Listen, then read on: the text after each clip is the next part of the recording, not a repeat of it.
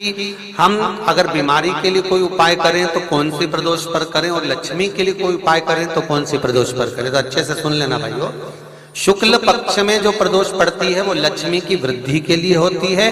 कृष्ण पक्ष में जो प्रदोष पड़ती है वो रोग और बीमारी को मिटाने की होती है। तो जितने उपाय आपको प्रदोष के बताए जाते हैं उस हिसाब से आप करो कि शुक्ल पक्ष की प्रदोष है तो लक्ष्मी का कोई उपाय करना है तो हमें शुक्ल पक्ष की प्रदोष पे करना है। अगर हमें बीमारी से निपटने का कोई इलाज करना है या कोई उपाय करना है तो उसको कृष्ण पक्ष की प्रदोष पर करना है।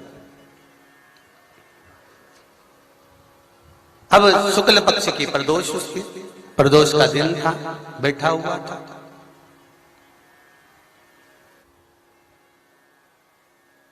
मान लो अगर कहीं आप कोई नौकरी के लिए अप्लाई कर रहे हो, लॉकडाउन में सर्विस छूट गई, कई लोगों की छूटी,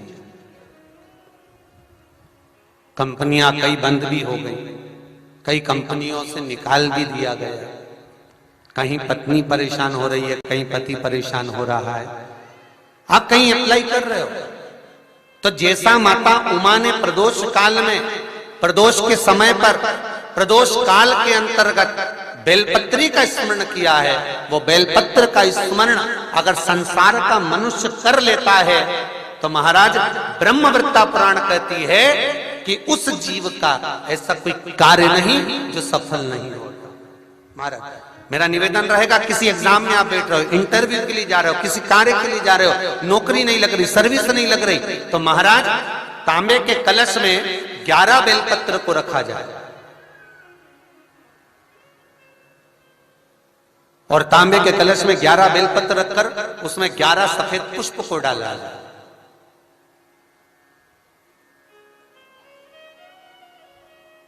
लाल चंदन घिसकर कटोरी में लेकर जाइए।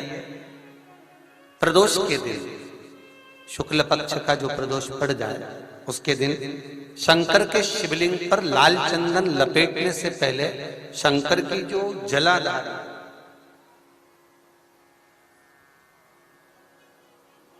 महाराज ये शिवलिंग है, ये शिवलिंग है और ये पूरी गोल और ये चरण, ये जलाधार, ठीक है। आपको पहले भी कहा है शंकर जी की पूरी जलाधारी में शंकर जी का संपूर्ण परिवार है। राइट जो चरण है जहां से पानी नीचे गिरता है वो गणेश जी का स्थान है, लेफ्ट कार्तिकेय जी का स्थान है, बीच में जो एक मोटी सी लाइन है वो अशोक सुंदरी का स्थान है। जहां पर शिवलिंग रखा हुआ है ये माता जगत जननी जगदम्बा का हस्त कमल है। शंकर भगवान को मां अपने हस्त कमल पर रखी हुई है।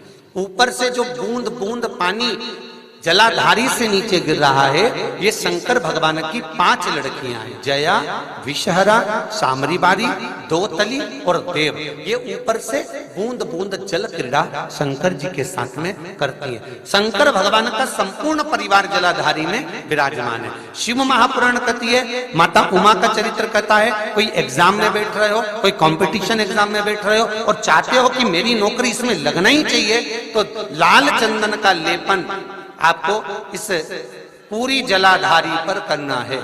लाल चंदन का लेपन पूरी जलाधारी पर करना। और महाराज जी जिस कलश में आपने घर से 11 बेलपत्र और 11 सफेद पुष्प जल के अंदर डालकर लाए हो उसको आप चढ़ाएंगे तो इस तरह से चढ़ाएंगे कि उसका भाग हमें दिखे चढ़ते समय। ऐसे नहीं चढ़ाना, उसको चढ़ाते समय इस तरह से चढ़ाएं कि वो जल का भाग हमारी ओर गिरता हुआ।